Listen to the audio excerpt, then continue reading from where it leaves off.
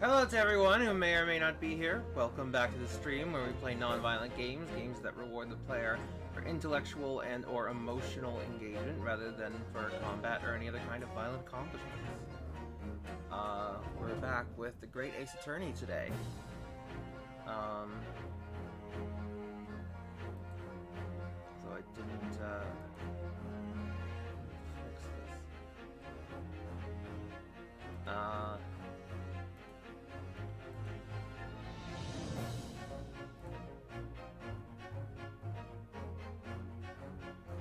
Gonna real quick.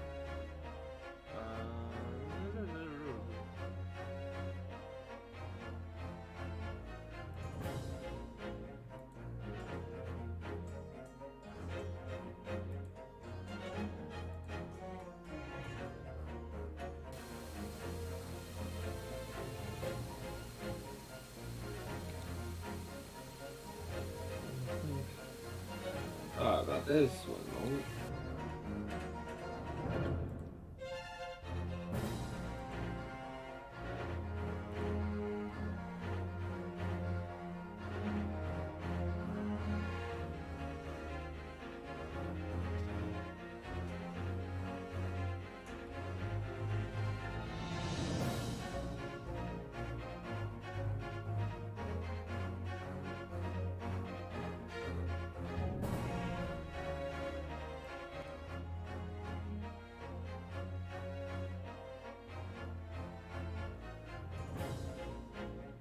Okay, I think that should be working.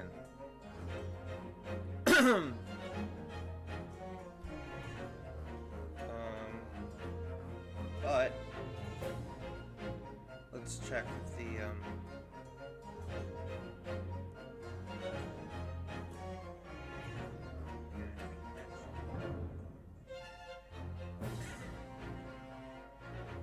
Yep. All good. Okay. Let's go.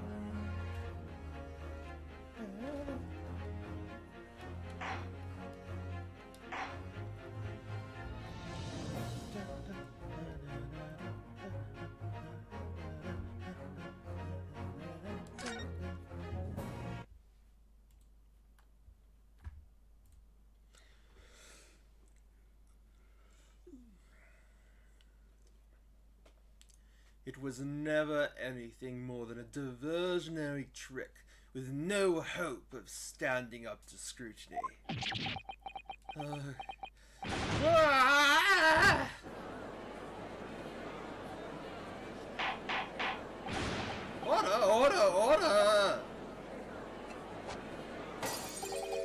Pray forgive the discourtesy of flinging the dregs of this hallowed nectar into the public gallery. Lord Van Zeeks! But this court needs to open its eyes. The accused, Miss Gina Lestrade, is no ordinary little girl. Despite her young years, she can, regrettably, no longer be described as a juvenile. No, the person in the dock is far from a law-abiding citizen. She has a past riddled with criminal conduct. The truth is, the accused broke into the pawnbrokery on the night in question with loathsome intent. As we can see beyond doubt in this print, which depicts her threatening the victim with the murder weapon. And I have here in my possession one more piece of evidence the prosecution wishes to present. That disc. I'll be taking that whatever it is from the goods down to the yard. Thank you very much. No, don't. Hold on. No,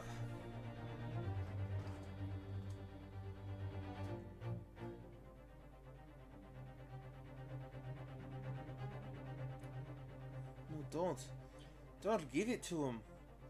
It's mine that is. As always, I really should have looked up the Scottish accent and refreshed myself on it before. Open your eyes. No, don't! Don't give it to him! It's mine that is. Mine! I'm sorry, miss. But anything belonging to McGill, it has to be taken in as evidence now. Yes, that music box disc. McGilded's music box disc.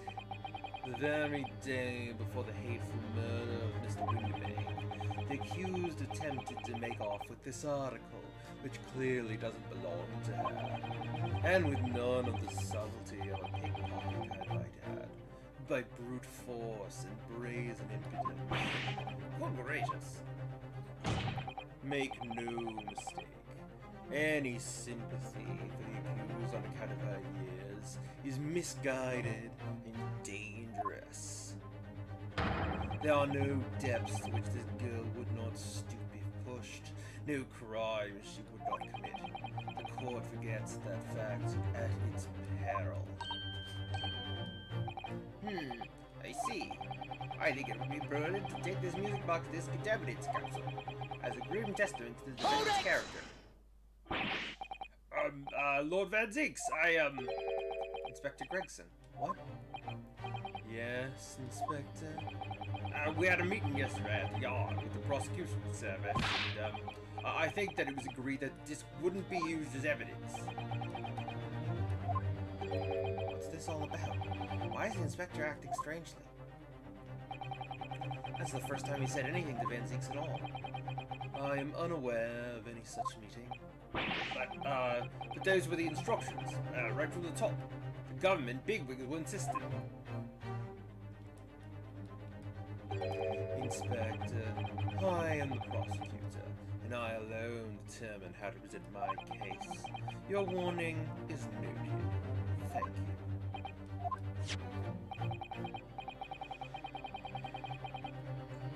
Prosecution wishes to proceed with submitting this disc as evidence, my lord. Indeed, bailiff. Prosecution has established the accused's motive, opportunity, and baseness of character. There is nothing more to add.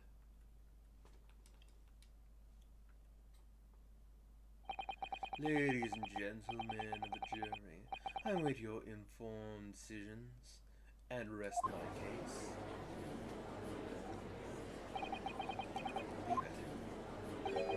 I had the jury on my side for once for all of 5 minutes. Oh dear, it wasn't even for 5 minutes, Red. My lord, what if I might say something at this point? No, that's not him.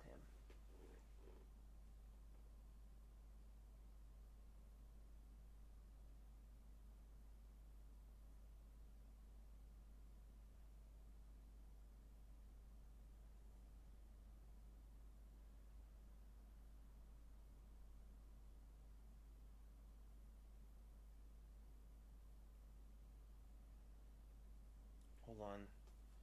Garrett, here we go. Well, it's I wonder if I might say something at this point. Proceed, Mr. Foreman. Been stumbling about in a bit of a fog up to now, if truth be told. But all of a sudden, the answer's boldly obvious to me and my men. There's only one thing for it. Oh no. Very well. The court will hear from the jury. Ladies and gentlemen, you will present your leanings as to the defendant's culpability. Guilty. Guilty. Guilty. Guilty. Guilty. Guilty.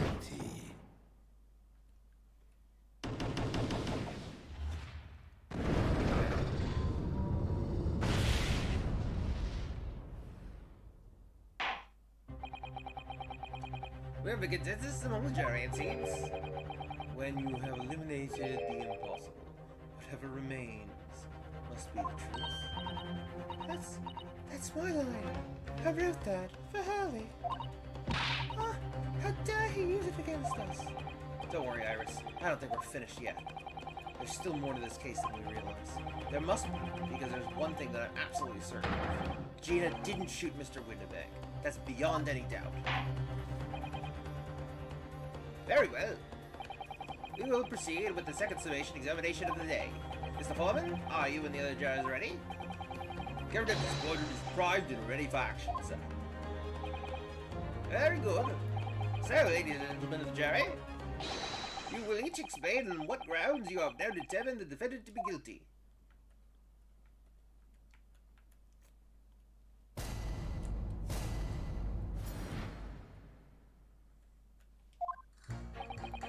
Once a rogue, always a rogue, I say. Given breed to us law-abiding citizens. There's only 2 bullets were found at the scene. I would say the whole case is done and dusted.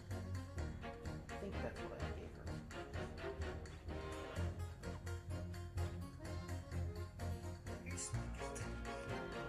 her. As only 2 bullets were found at the scene, I would say the whole case is done and dusted.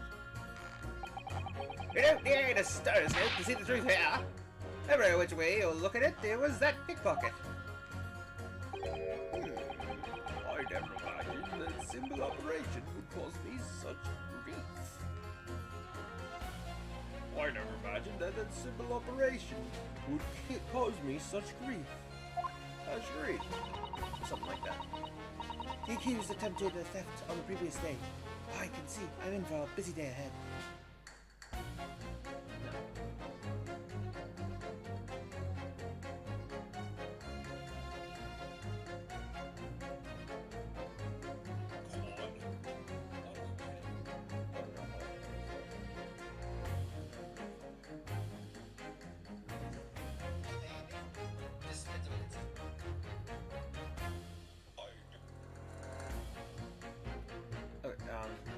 The accused attempted a theft on the previous day. I can see I'm in for a busy day ahead. I am ballistics expert. I have seen many shootings. There is nothing I do not know about guns.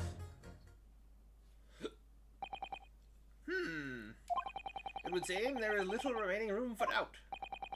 I have to admit, I was rather bowled over by the argument put forward by the chap in black, but when that fell apart like a house of cards, I saw that I'd jolly well been hoodwinked.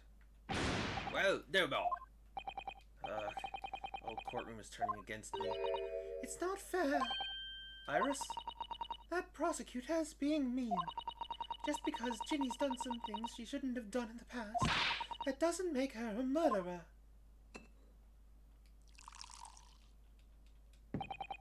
Allow me to savor this fruity vintage while I savor the spectacle of your fruitless debate on the matter. Here's the truth coming out, eventually. That's enough preamble. Counsel, proceed with the summation examination.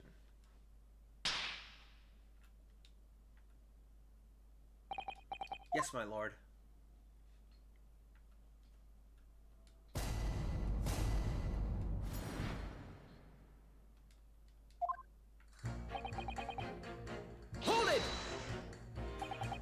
Just because Miss Lestrade has a history of pickpocketing, she must be guilty of murder. Is that what you're saying? Ah, well. Are all members of the British Army so quick to judge? I beg your pardon. Are you mocking Her Majesty's Armed Forces, the greatest military organization in the world? No, I'm simply illustrating my point. Making assumptions about people because they're a soldier or a pickpocket is wrong and dangerous. Well, yes, might have point there, I suppose. But let's not forget the girl has already shown she had it in her from before. She's clearly a criminal sort through and through. Can't deny it. When you say that she's shown she had it in her, are you referring to this? Exactly. Tried to swipe that only a day earlier, Or am I mistaken? Not exactly. Given that I was actually there at the time, it's hard to refute that. I've never actually seen the real thing. Can't wait to have a closer look at it. Oh, yes, of course. Mr. Sholmes did use his caramel bars to make a copy of the disc, didn't he? And then ordered every type of music box he could find it from across Europe. We still don't know what tune it plays though, do we? But I'd love to see how the original compares to Hurley's copy. Mr. McGilda's disc.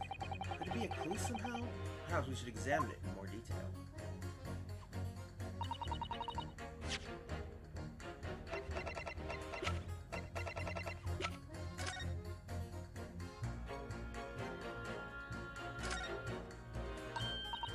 Oh, Rory, look! This is blood! Yes, you're right. Just a small smear, but definitely blood. Actually, I feel as though I might have noticed that before. Then it's my time to shine again. Now I'll be waiting forever. Alright, hold still with that disc, Rio. Can we get this done quickly, Iris? In a flash.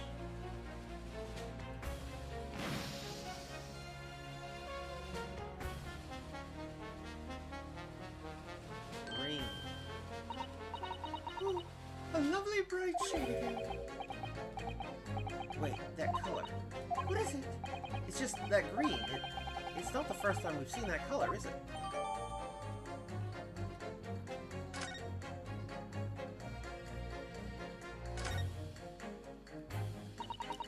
Oh, McGilder. That's the man you defended in court a couple of months ago, isn't it, Fiona?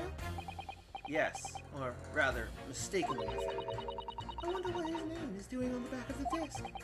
That's a question I'd love to know the answer to myself.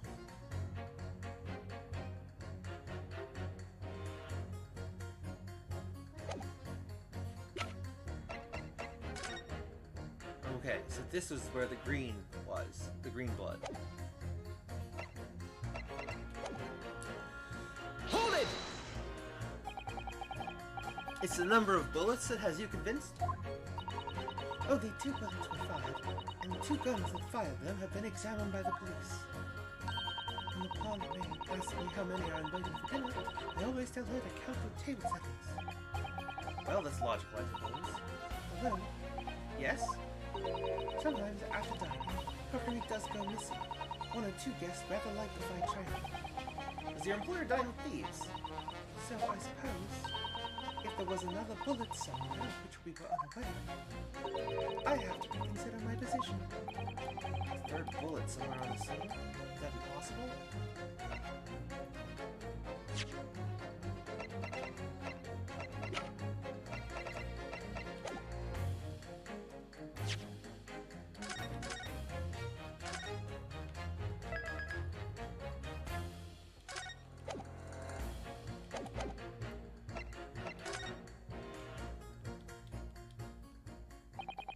Allow me to show you then.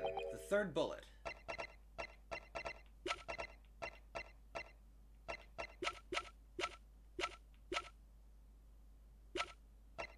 Yeah, I shouldn't have done this yet. I shouldn't have done this yet.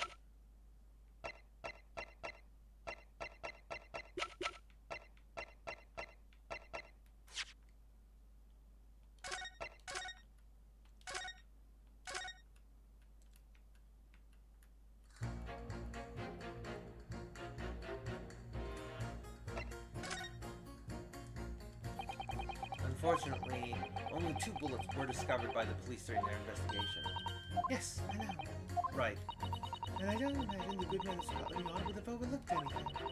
If I, Mr. Bullock, I was cleaning his lordship's office, well, I should receive a sound scolding, I don't doubt. And he should receive a visit from the police, perhaps. Sounds like a crime scene to me. Philip Bullock, It would completely turn things around if there was one, wouldn't it? do you think we might find one lying around somewhere? Hold it! So if I've understood correctly, you need two pictures, a left eye one and a slightly different right eye one. Exactly! Then you can see the scene in 3 dimensions! Like this! So, if you have 2 bullets, I don't suppose you can see anything useful with them. I think you'll find that no matter how much you squint, the truth of the situation always looks the same here. The only person who could have shot the victim is that gun on the knob. How can you be so sure of that? Think about it. The Skulkin brothers shot the great detective, didn't they? Yes, that's been mentioned once or twice. Well then, surely it's going to get the focus now, isn't it? It's a waste of time. I'm not going to change this man's mind anytime soon. Hold it! Would you please stop muttering about things that have nothing to do with this trial, sir? The defendant's life is on the line here. Well, the thing is, I couldn't really say that it has nothing to do with this trial, to be honest. Huh? I mean, there's no question that the man was shot, but the bullet had simply vanished from his stomach. It's quite inexplicable, don't you think? I almost don't want to ask, but this surgery you've been mudding about all this time, you were operating on... What was the fellow's name now?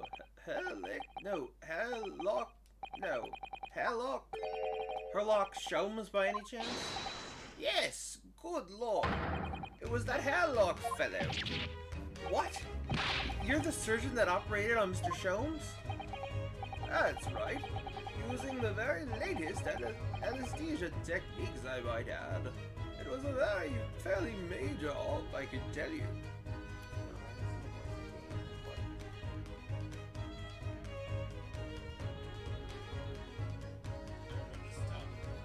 That's right. Using the very latest anesthesia techniques, I might add. It was a fairly major op, I can tell you. This is crazy. Let me see. The fellow was brought in not long after midnight, if I remember correctly. He said he'd been shot by some criminal or other, so I opened him up like a shop. But the funny thing is, I went over his insides with a fine-tooth comb, and I couldn't find the bullet anywhere. So I'm afraid I had to throw up my hand and just stitch the fellow back up. I hate to state the obvious, but yes. Surely that's because the bullet is still at the scene of the shooting. The counsel of the defense is correct, as is clearly shown in this photographic print. The bullet that the Skulkin brothers fired at Mr. Sholmes hit him in the stomach region, and then exited his body and lodged into the shop wall where the calendar was hanging by the door. Oh wait, oh sorry. That was, Judge, the counsel for the defense is correct, as is clearly shown in this photographic print. The bullet that Skulkin brothers fired at Mr. Sholmes hit him in the stomach region, then exited his body and lodged into the shop wall where the calendar was hanging by the door. I think you'll find it's really quite simple if you just consider the problem three-dimensional. Ah! Who do you think I am, son? Well, juror number 4 is about the best I can do. As soon as I saw the wound to the man's stomach, I flipped him over. Like a pancake? Are you saying that you checked his back? Of course I did. There wasn't a trace of injury. No sign that the bullet had left the body at all. What? That's the point. The only logical conclusion was that the bullet was still somewhere in the man's innards. Which is exactly why I set her slicing him up. And I'm still none the wiser, even now. How many times do I have to say it? Can somebody please explain how it happened? Somebody please solve the mystery. It's almost as much of a mystery as how this jury was put together.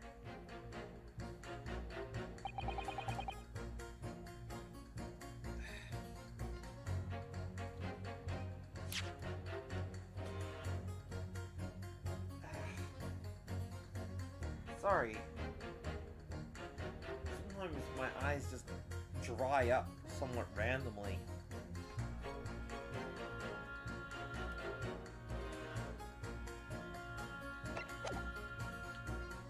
Hold it!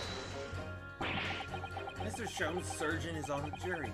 I've experienced some coincidences recently, but this is ridiculous. I'm as surprised as anyone. There's no question that Mr. Sholmes was shot. Well, that's what the police told me when they brought him in. How bad were his injuries, Doctor? He was in a bad way. He lost a huge amount of blood, you know. I suspect he was shot at quite close range, too.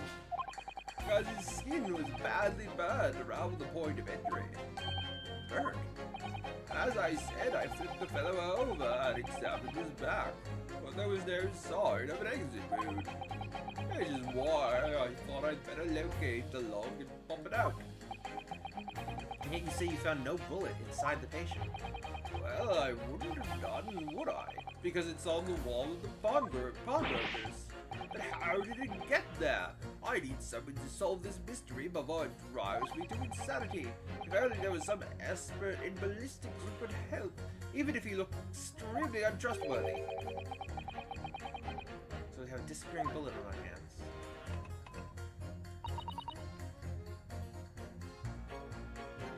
The accused attempted theft on the previous day. I can see I'm in for a busy day ahead. Hold it! What do you mean you're in for a busy day? I got to say, stop. Do excuse me, stop. I am a communications officer. Stop. A communications officer? Does that have something to do with sending telegrams? Everything from personal messages written by members of the public to the latest news in the capital. I convert all the messages into Morse code and top it out to the entire world electronically. To the entire world? Thousands of miles of cable under the sea, stop. Worldwide communication network, stop. Information transmitted to and from all corners of globe, stop. Wait, no.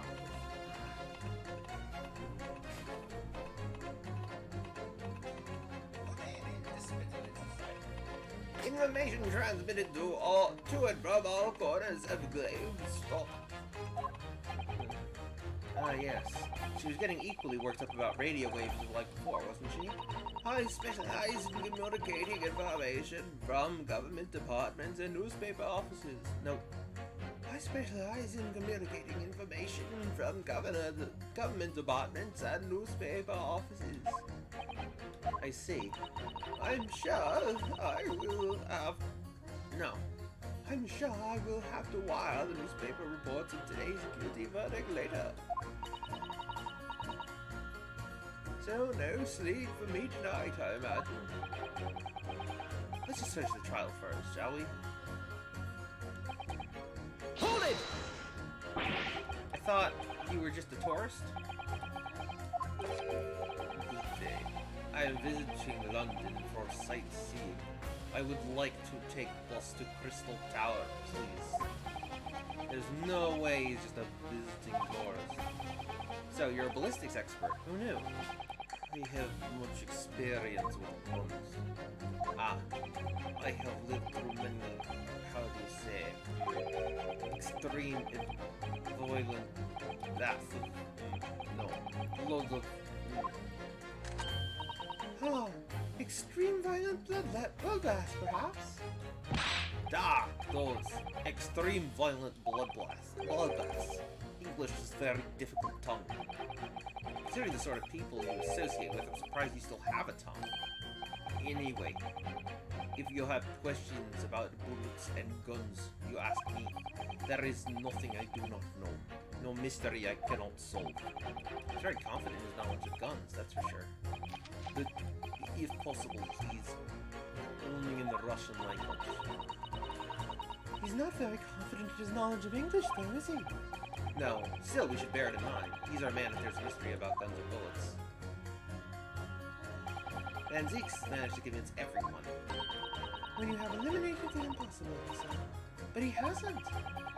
If we're gonna fight back, we need more material. And we have to fight back. We have to turn this trial around again.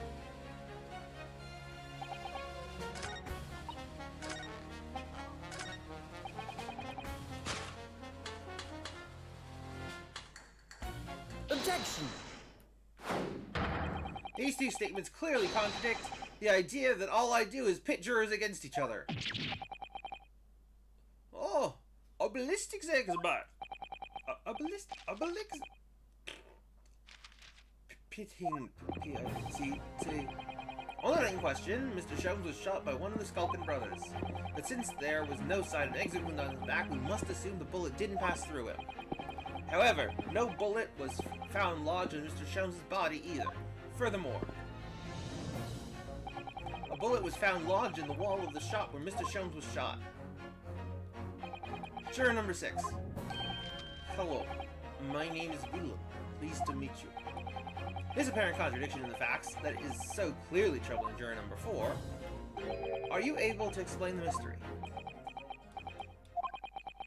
I have seen very similar situation in Motherland. It was night. There was blizzard. I was running away along mountain road in freezing cold. Golly, the snow was piling high on both sides of the road.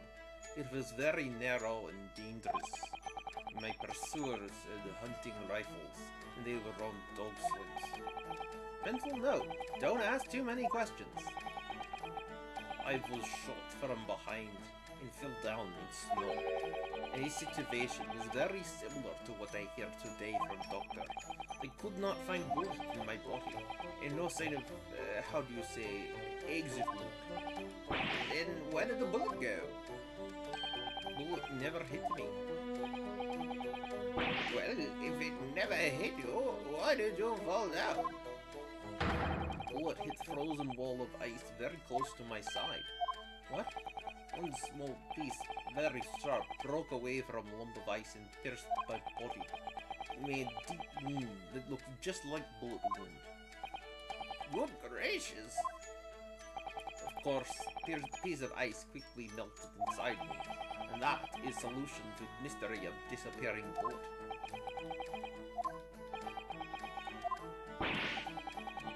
That doesn't answer the question at all. The shooting happened in a pawnbroker's shop, not some snowy mountain road in another country. Just an idea, but we might not be looking at exactly the same scenario here. Really? When exactly was Hurley shot again? Well, according to the report, in his stomach.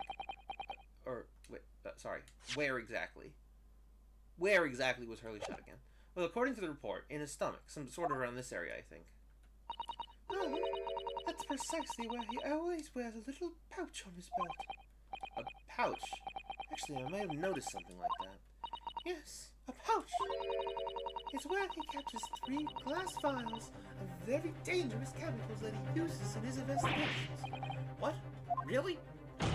Doctor, where is the pouch Mr. Sholmes was wearing?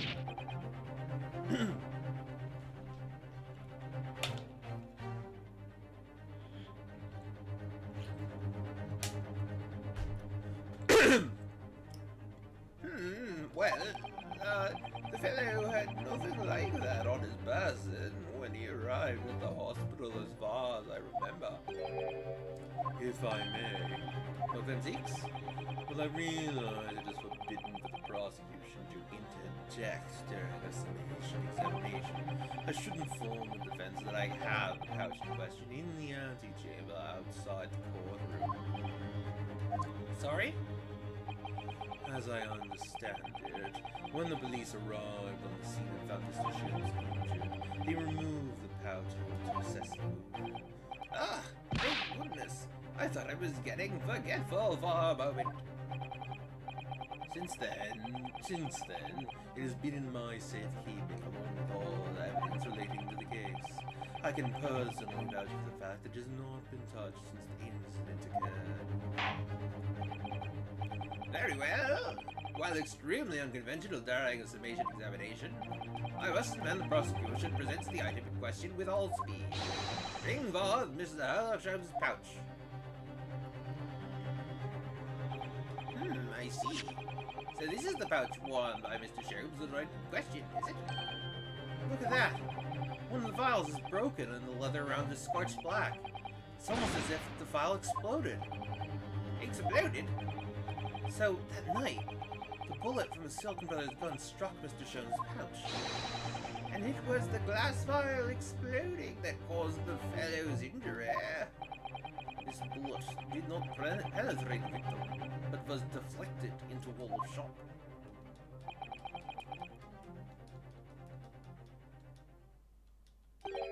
Delightfully complex aroma. Well, and what about one mystery has been solved at least? Though it has no bearing on the truth of this case. The bungling and burgling brothers shot the detective, and the accused shot the pawnbroker. The pertinent facts of the case remain unaltered. Ugh. But at least the mystery is solved. I can sleep easy tonight. Thank you, young man. Thank you very much. That I can help.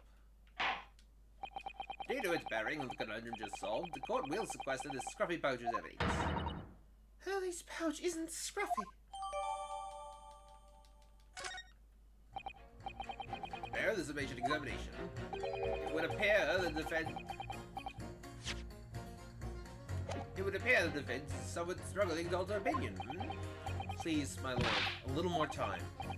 After all, there's a new piece of evidence. It could be a valuable clue, and you can't afford to overlook anything here, Renisuke. There's still a way to turn this around. Somehow. I'm sure of it.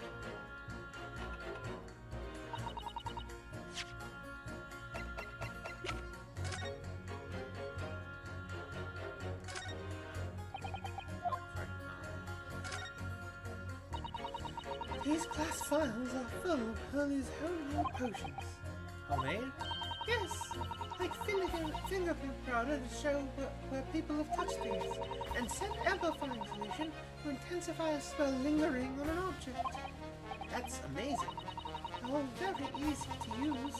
There's just one thing that you have to be careful of. They're all very flammable. Mr. Sho's a walking bomb. Either he's passionate about finding out the truth or just oblivious to dangers.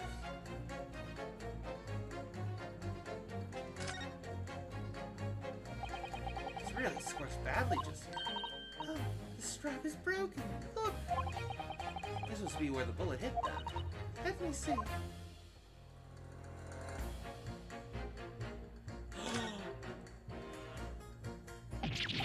What the? Iris, look! Behind where the broken file was, do you see it? Ah, that's the Skulkin Brothers bullet. What a stroke of luck that it hit this pouch. This is an amazing discovery. What this means is, there were 3 bullets fired at Winnebags that night. We found exactly what the juror was talking about. The third bullet.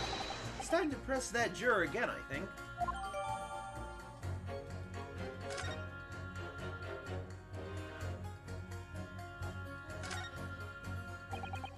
Look, there's a hole here at the back. Doesn't look much like a bullet hole, but clearly something ripped through the leather with great force. Someone must have pierced it somehow to left this hole there. Yes, it looks that way. Mr. Jones and his pouch both took a beating, didn't they?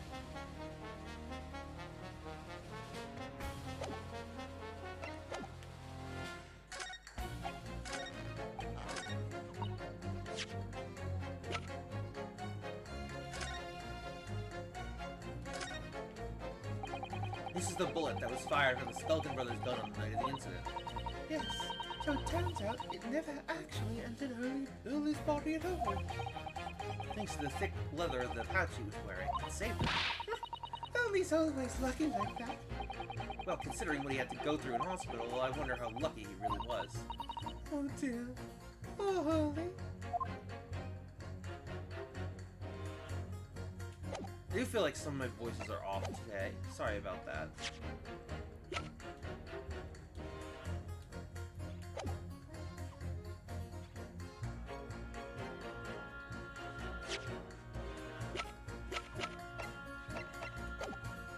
Hold it! Oh, right.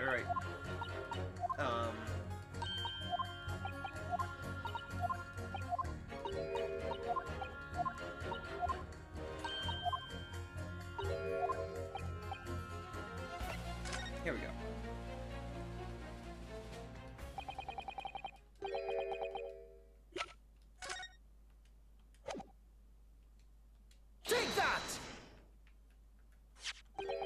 Here it is. We discovered it just now. Yes, on the night in question at Winterbank's Pawnbrokery, another bullet was fired. What is this new trickery, you nippity conjurer? Where did you find that bullet? It was lodged inside Mr. Jones's pouch. What? This pouch was removed from around Mr. Jones's waist before he was taken to hospital, and since then it has been touched by no one. Do you mean to say the shot fired by the Skulker brothers that night? Yes, as your lordship has surmised, it hit this pouch. But that makes any sense whatsoever. We already know the whereabouts of the bullet fired at Mr. Holmes. It's clearly visible in this photographic print. Ah, 2 guns from the scene have already been submitted into the court record as evidence. Yes, that of Mr. Winterbank and that belonging to the Skulkin brothers. An examination of both guns revealed that only a single bullet had been fired from each. Huh. But that must mean... That's right. We now know that on the night in question, 3 bullets were fired. However, only 2 bullets were fired from the guns recovered from the crime scene. And until that incontrovertible inconsistency is somehow explained, we cannot and must not pass judgment. No. Ah!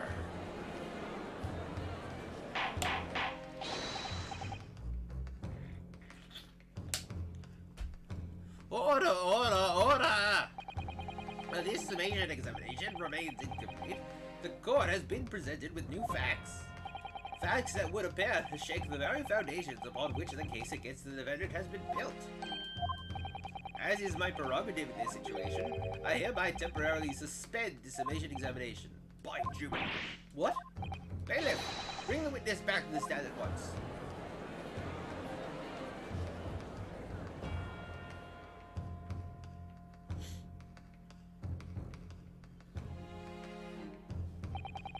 Witnesses. Governor. Well, you're listening to the proceedings while the defense carried out the summation examination.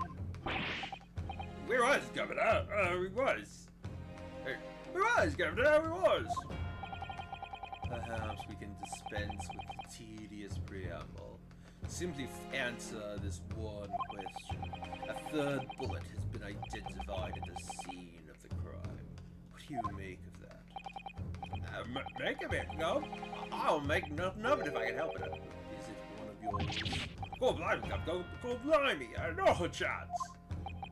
In that case, did you have an accomplice? Never! The Skulkin brothers walk alone! It's just the 2 of us, it's our trademark! How soon we forget poor Sulky. How soon we forget poor Sulky. Anyways, only 2 of the bullets from the crime scene originated from the firearms we have in evidence. The 3rd bullet was fired from another gun. Where is it? That's an head scratcher.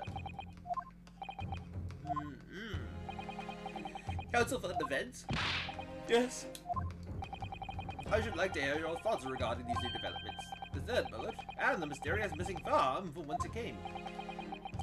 Looking back over all the testimony we've heard and all the evidence we've seen, I think I'm starting to form a picture of what really happened that night. My lord, I think it's clear what this 3rd bullet tells us about the Skulkin brothers.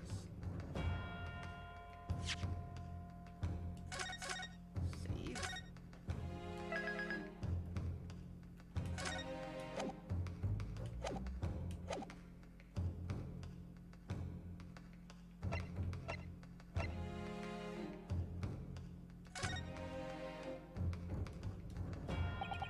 On that night at Winterbank's Pawnbrokery, the brothers must have been in possession of another gun.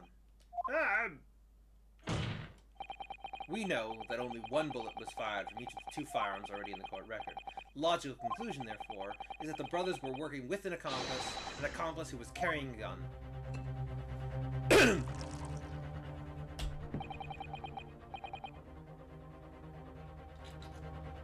An accomplice, you say? Pig sweat. These protracted proceedings have already forced us to endure 2 summation examinations. In all that time, there has been not a murmur of a 3rd one. It is apparently wraith-like being exists. The court must be shown hard evidence. Without it, this fantasy will be crushed.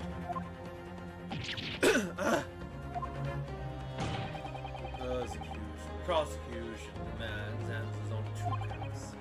Firstly, proof, evidence that this accomplice was ever at the scene of the crime. And secondly, the identity of this spurious character. Skeletons are lying, I know that. But how can I ascertain the identity of the person they're hiding? Well, counsel, I'm supposed to prove the existence of this accomplice and reveal the person's identity, even. In response to the prosecution's demand, my lord, the defense is...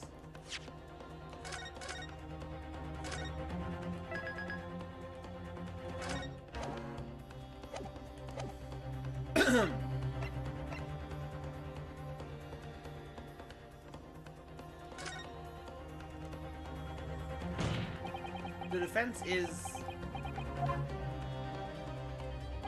unable to complete a sentence, you see, much less provide any credible answers here. Yes, it will appear so. Very well, this trial will now... Wait, please. Good gracious, counsel. I have to keep the momentum going here. I can't give up now. This is just like scientific research, if you ask me. Sorry. When you start doubting yourself and thinking you can't possibly work something out, you become blind. Even though in truth the answer you're looking for is right there in front of you. The answer is right here in front of me. My lord, actually, the defense would like to present answers to the questions posed by the prosecution. Hold it! So, my Nepalese friend, despite the swimming eyes, you seem to think you have something to say. Your earlier tongue-tied display will not go unpunished. Shit.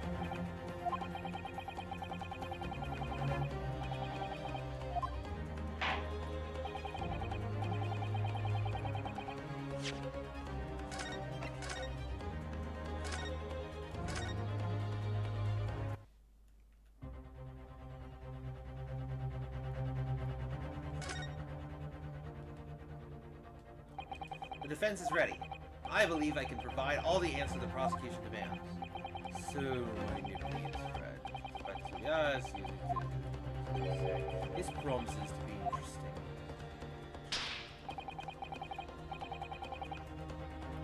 I have to push forward. There's no other option. I need to use every single piece of evidence available to me if it will make a difference. In that case, counsel, I would ask you to present the evidence without delay. On the night in question, in the moments leading up to the death of the victim, what proof have you that there was a third intruder present at the scene?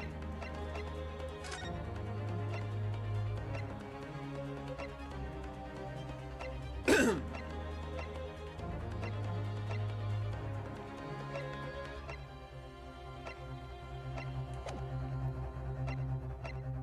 see.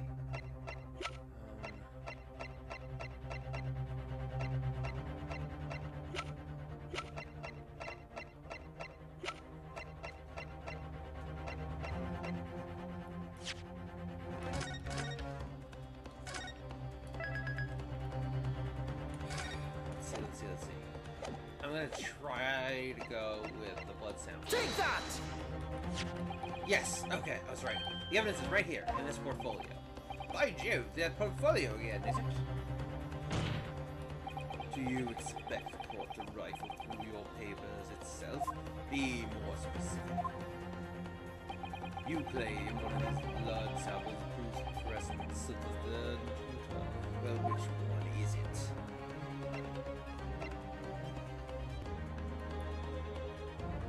Take that! What am I looking at here? There appears to be some green paint or such like around the bullet hole in the middle of this calendar. That's a blood stain, my lord. A blood stain? Green blood. Curious, even for you. Is the court to understand that the intruder was some unhuman creature? It's something developed by Mr. Herlock Shelves. By the great detective! New invention, stop! Not a bit antipated stories, stop! It's this, you see. Doesn't have a name yet, though. His father sprays a chemical that reacts with a different element in people's blood to change its color. Different elements of people's blood? Yes, everyone's blood is slightly different, you see, because it's made up of different elements.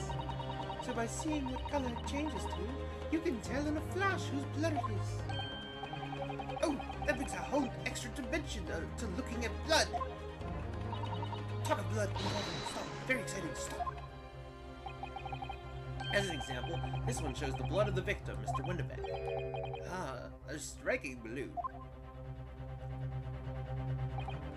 Yes, so you see, the green color of this blood stain on the calendar shows that somebody else was shot in the main store, or whatever, shop, whatever. The main part of the shop, there we go. Now hold fire there, young man. Could be from some unrelated incident. No, it's not unrelated. The date showing on the calendar is the date on which Mr. Winterbank was killed. By God. Therefore, we can assume that whoever was shot on the same day. Then whose blood is it? Well, the Skulkin brothers in the stand don't appear to be suffering from any gunshot injuries, which means it must be the blood of somebody else, the third intruder. Objection! Whose identity the court is still waiting to hear.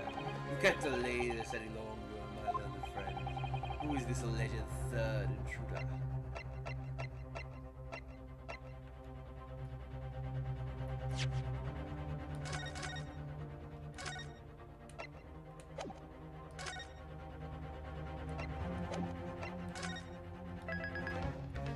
Probably good old Mr. Benedict here. Take that! The man's name is Eggert Benedict. Eggert Benedict? Who on earth are you talking about, counsel? He paid a visit to Winterbank's pawnbrokery on the afternoon before the incident took place, when the accused attempted to conceal the pawnbroker into releasing his article into her possession. That's right. The man identified by the defense, Mr. Eggert Benedict, then attempted to take the article from the defendant by force.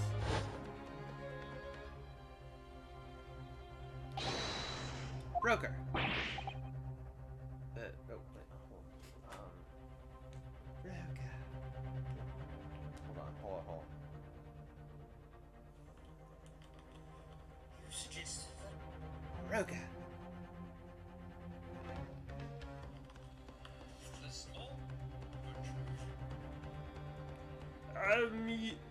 Yes, sir. I believe this filthy pocket thief has just redeemed an article from you, no? Yes, yes. The article in question belongs to me. I demand for it to be returned at once. Now that's a lie. What are you trying to pull? Give me back my overcoat, you wastrel. And needless to say, any music box discs too. Inspector Gregson was there at the time and can attest to what happened. In the end, it was the inspector himself who took the disc. Can you corroborate this account, Inspector? Yes, my lord. That's more or less what happened. At 80 inches of being thorough, I asked him to beg for a print show with the fellow. Taken from one of his red-handed recorder competitions. Yes, that's him talking to Mr. Winterbank that morning. And you claim this man is the brother's accomplice? Well, Mr. and Mr. Skulkin, I've never seen the geezers before in my life. On my life, Gov, on my life. Never seen them. Well, somewhat unsurprisingly, it appears our witnesses disagree with the assertion. I'm sure your lordship recalls my learned his friend's actual assertion, which was that he could prove the identity of the alleged accomplice. Yes, and I can. Then show us the evidence. I agree.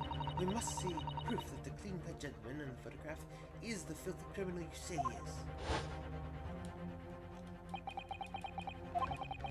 This is the last piece of evidence. I've had a feeling that something had been missing in this trial from the very start.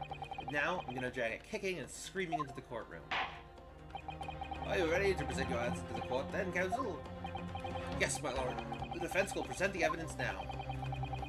Proof that the man pictured in this photographic print was in fact the person struck by the third bullet. Take that! As I mentioned before, on the afternoon of the day in question, the defendant attempted, deceitfully admittedly, to reclaim his disc from Windibanks. Which is when the aforementioned Egbert Benedict appeared on the scene, I believe. This man then attempted to purloin the article from the defendant's position, no? That's correct, my lord. I myself was present at the time. It was following this that a minor incident occurred. And of course, sir, here's the disc for you.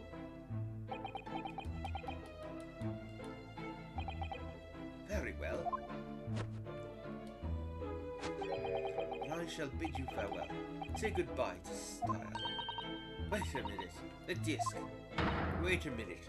The disc is mine. What do you think you're doing, you little troll? You've drawn blood, you filthy animal. Being a music box disc, it has countless small but sharp metal protrusions over its surface. Those protrusions caused Mr. Benedict's finger to bleed. And the resulting smear of blood is still visible under this thing. Goodness, a blood stain, is it? My assistant and I have just analyzed the blood stain here in this very courtroom. Using my trusty father gun. Yes, and we added the results to this portfolio. What'd you say? It's green. It's green. It's exactly the same color as the blood around the calendar. The evidence is conclusive. The man calling himself Mr. Egbert Benedict, who was in Windibanks earlier in the day, is the accomplice who was present at the scene of the crime that same night.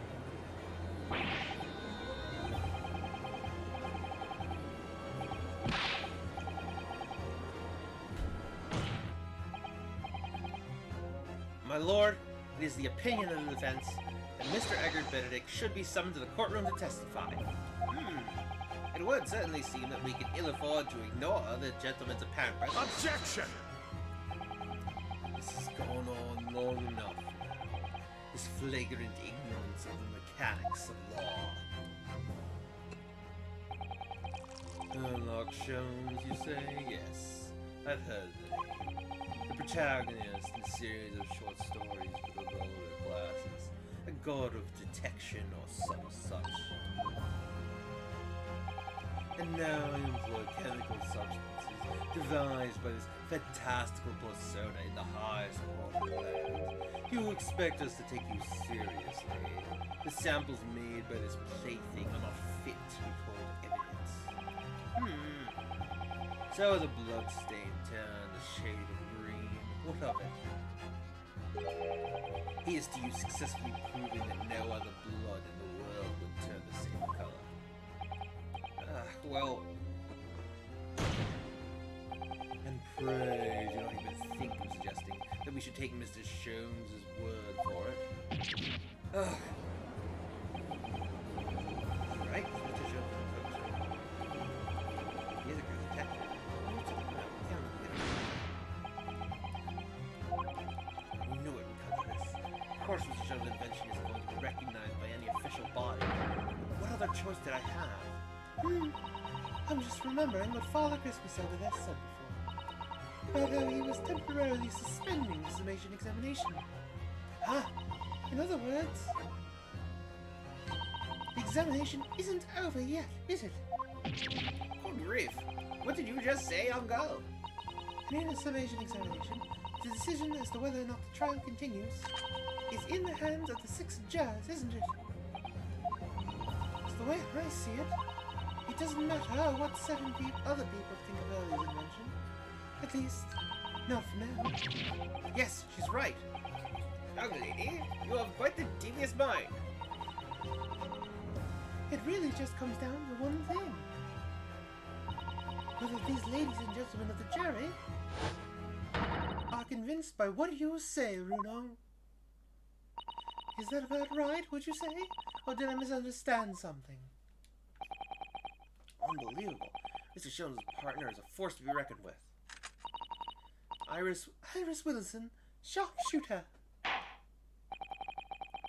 After that shrewd process of the situation from an entirely unexpected source, it must be acknowledged that the previous summation examination has yet to reach its conclusion. This is absurd. Ladies and gentlemen of the jury, the court now looks to you for your final leadings in the matter. As proud citizens of Her Majesty's Britain, I'm sure you will come to fair and just conclusions. So then, state your final decisions in turn. Not guilty. Not guilty. Not guilty. Guilty. Guilty! Not guilty.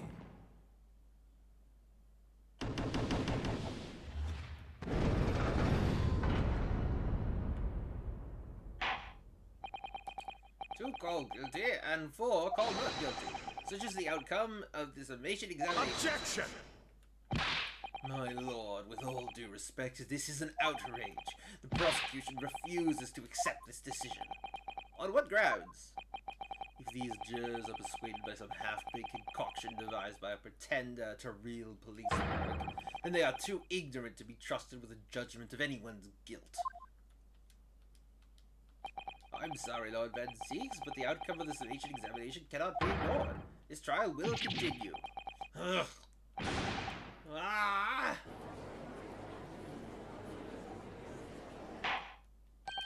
Nevertheless, we find ourselves in a rather awkward situation. The defense has very reasonably requested a subpoena of a new witness. But sadly, I fear that will be impossible. What?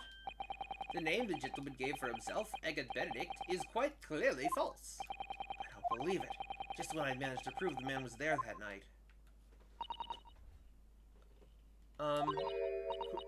Could I say something? Who's this? Who was that, please? Who spoke?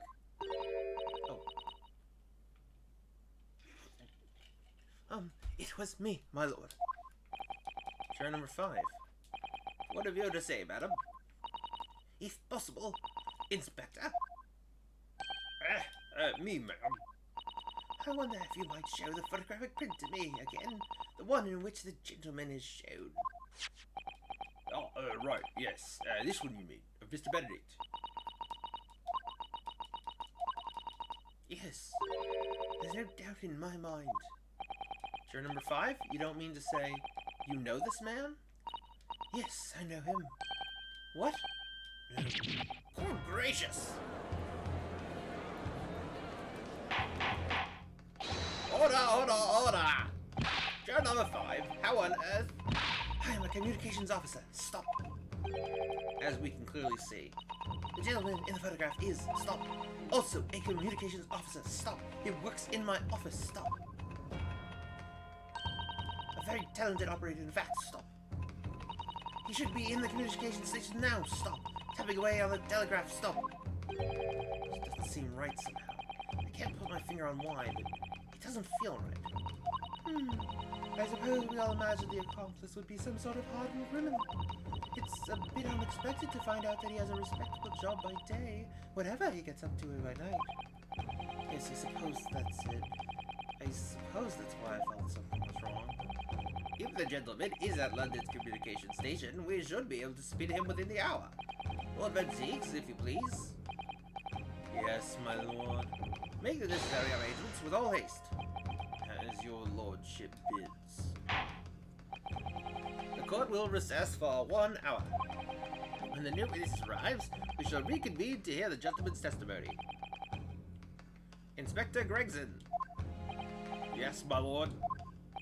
I should like to hear from you specifically about events at the pawnbrokery on the day in question. Come to my chambers during the recess. Yes, sir, my lord. Very well. Court is adjourned until 1:40 p.m.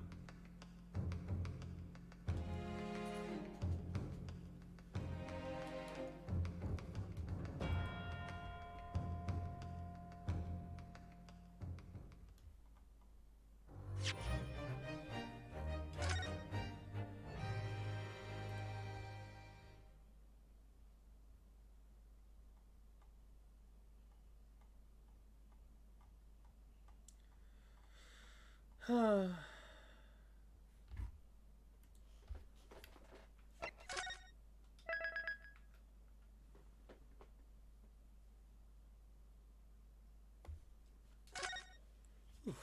am getting a bit tired. Ugh.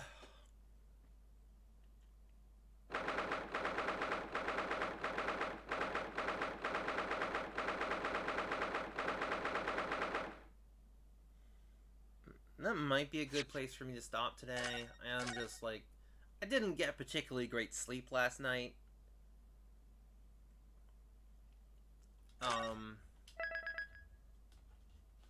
So I think I'll wrap up there.